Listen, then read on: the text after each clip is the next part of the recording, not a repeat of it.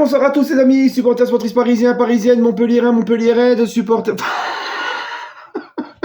j'ai dit supportrice Montpellier raide. Non, Montpellier Rennes. Oui, c'est vrai que Montpellier, les pauvres, ça fait un petit bout de temps qu'ils sont raides. Mais voilà. Supporters sportifs d'autres clubs, amoureux du football, bienvenue à vous. Les amis, je suis très content de vous retrouver pour le débrief. Le débrief de la victoire du PSG 4-1 à Montpellier. D'accord. Alors, comme je vous l'avais dit, moi j'ai regardé le multiplex ce soir. J'ai regardé le multiplex. Donc c'était pas que le PSG. Puisqu'on est déjà champion, puisqu'il n'y a plus d'enjeu, puisque la série d'invincibilité à l'extérieur et le fait d'être invaincu en championnat s'est tombé à l'eau sur les 2 dernières semaines là. Donc il n'y avait plus d'enjeu. Donc comme je le fais à chaque fois qu'il n'y a plus d'enjeu, qu'on est déjà champion, je regarde toujours les 2 dernières journées en multiplex. Donc j'ai des choses à retenir de ce multiplex que j'aimerais en parler. Restez bien jusqu'à la fin de la vidéo. D'accord. Donc là, on va se concentrer, bien évidemment, sur Montpellier PSG.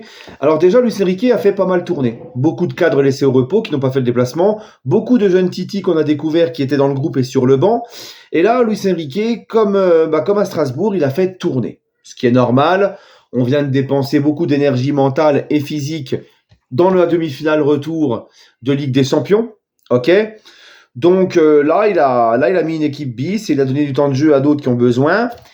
Et je pense sincèrement, donc ça c'est normal, mais je pense sincèrement que la dernière journée contre Auxerre au Parc, le match où on va fêter le titre devant le public du Parc, alors qu'il y aura une semaine après la finale de la Coupe de France, 2 semaines plus tard la finale de Ligue des Champions, non mais franchement les amis, est-ce que vous vous rendez compte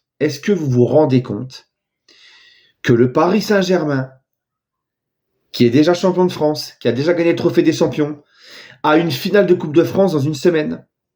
Et dans 2 semaines, une semaine après cette même finale de Coupe de France, le PSG a la finale de Ligue des Champions. Ça veut dire que le PSG peut faire une saison, un quadruplé.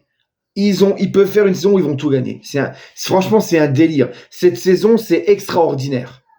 Mais attention, rien n'est fait. Donc bref, je pense que Luis Enrique contre Auxerre, là où on va fêter le titre devant les supporters, donc en plus il ne faudra pas gâcher la fête, je pense que là il mettra l'équipe A, il mettra les titulaires. Pourquoi ?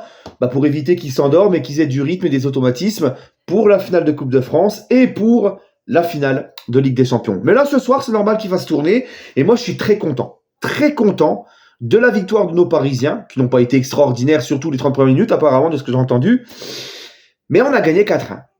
Alors c'est vrai contre Montpellier qui n'a plus rien à jouer, qui est dernier, mais on a gagné 4-1, ok. Et c'était important pour moi quand même de rebondir après les 2 échecs, les 2 défaites. Et je suis content que l'équipe a renoué avec la victoire, est venue avec la mentalité de gagner à Montpellier. Et puis surtout content du triplé de Ramos, parce que Ramos c'est un joueur qui fait pas de vagues, c'est un joueur très professionnel, c'est un joueur qui travaille, c'est un joueur que j'apprécie moi, tu vois. Et c'est vrai que ces derniers temps, il avait tendance à un petit peu trop vendanger. Et là, ce soir, il met un très beau triplé. Je suis très content pour lui. Et c'est tant mieux. Parce que Ramos, t'auras quand même malgré tout besoin de lui dans la finale de Coupe de France et finale de Ligue des Champions. Parce qu'il peut, c'est possible qu'il rentre, etc. D'accord ? Donc, c'est bien qu'il retrouve cette confiance. C'est bien pour lui. Je suis très content. Et le petit Mayoulou, qui marque un très beau but aussi. Très content pour le petit Mayoulou, le petit Titi.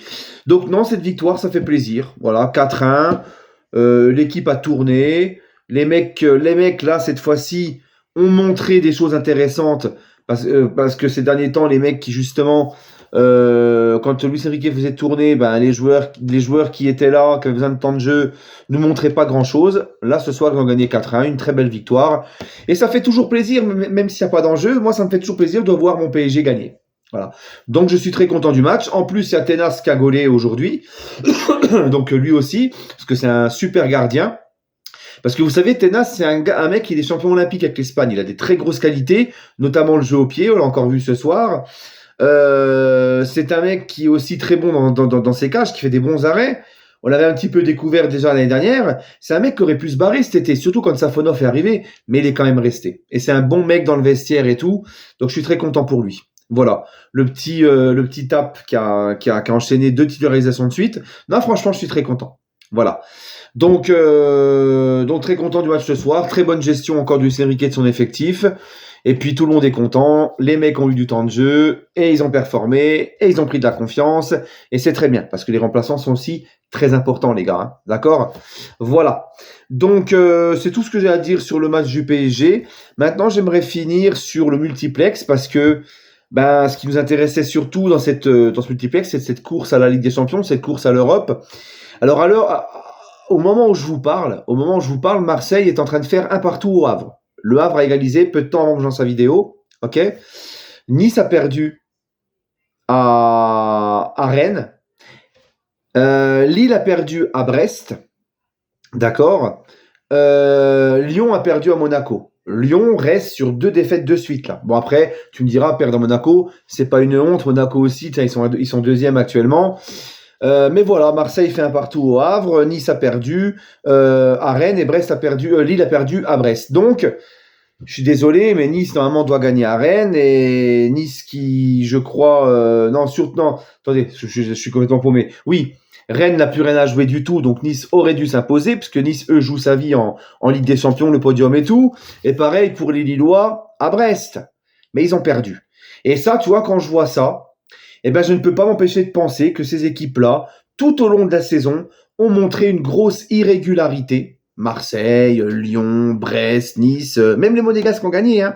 Mais c'est des équipes qui ont montré tout au long de la compétition, tout au long de la Ligue 1, beaucoup d'instabilité, beaucoup d'irrégularité. Un coup oui, un coup non.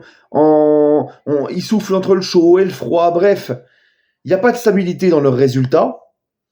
Et je me rappelle que quand Luis Enrique a fait tourner à Strasbourg alors qu'il préparait la demi-finale retour contre Arsenal, qu'il était déjà champion depuis belle lurette, il a fait tourner pour pas prendre de risque de blesser ses joueurs qui allaient jouer contre Arsenal et c'est tout à fait compréhensible.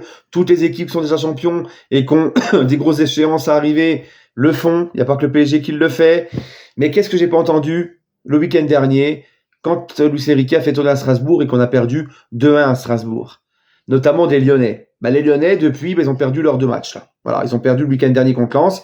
Là, ils ont perdu encore ce soir. Marseille a fait un partout à Lille. Là, ils sont en train de faire un partout au Havre. Alors, peut-être qu'ils vont gagner, je ne sais pas. Mais ils peuvent aussi très bien ne faire qu'un partout, même perdre au Havre. Je ne sais pas, là, à l'heure où je vous parle, je ne sais pas le résultat. Et pareil, les Niçois, tout ça, ils se sont tous plaints. Voilà, le PSG a faussé le championnat. Ils ont donné le match à Strasbourg, blablabla. Bla, bla, bla, bla. Mais les gars, gagnez vos matchs. Gagnez vos matchs, vous aussi. Franchement, sans déconner. C'est pas de la faute du PSG si depuis le début de la saison vous êtes instable, vous êtes irrégulier et que vous perdez des points bêtement contre des équipes que vous devez normalement taper. Donc voilà, moi c'est la leçon encore une fois que j'ai retenue de ce multiplex de ce soir. Voilà les gars. Bref, écoutez, c'est tout ce que j'ai à dire. Hein, c'est tout ce que j'ai à dire. En tout cas, les amis, très content de la victoire du PSG, très content de l'attitude des remplaçants, très content de Ramos qui a marqué, très content de Mayulu qui a marqué, Ramos qui a mis un triplé. Donc voilà les gars. Et aussi un petit truc important, parce que Dembélé a été laissé au repos, donc Dembélé, il joue plus en Ligue 1, Dembélé, il joue plus. Greenwood, il a 3 buts de Dembélé, alors que Dembélé, il joue plus. Donc là, si Greenwood ne marque pas ce soir au Havre, à la dernière journée, il restera 3 buts de Dembélé. Et Dembélé, il risque de jouer contre Auxerre. Donc, je pense que Ousmane va très certainement remporter le titre de meilleur buteur de Ligue 1 et ça fait vraiment plaisir pour le Hous. Allez, prenez soin de vous les amis et toujours et encore, allez Paris.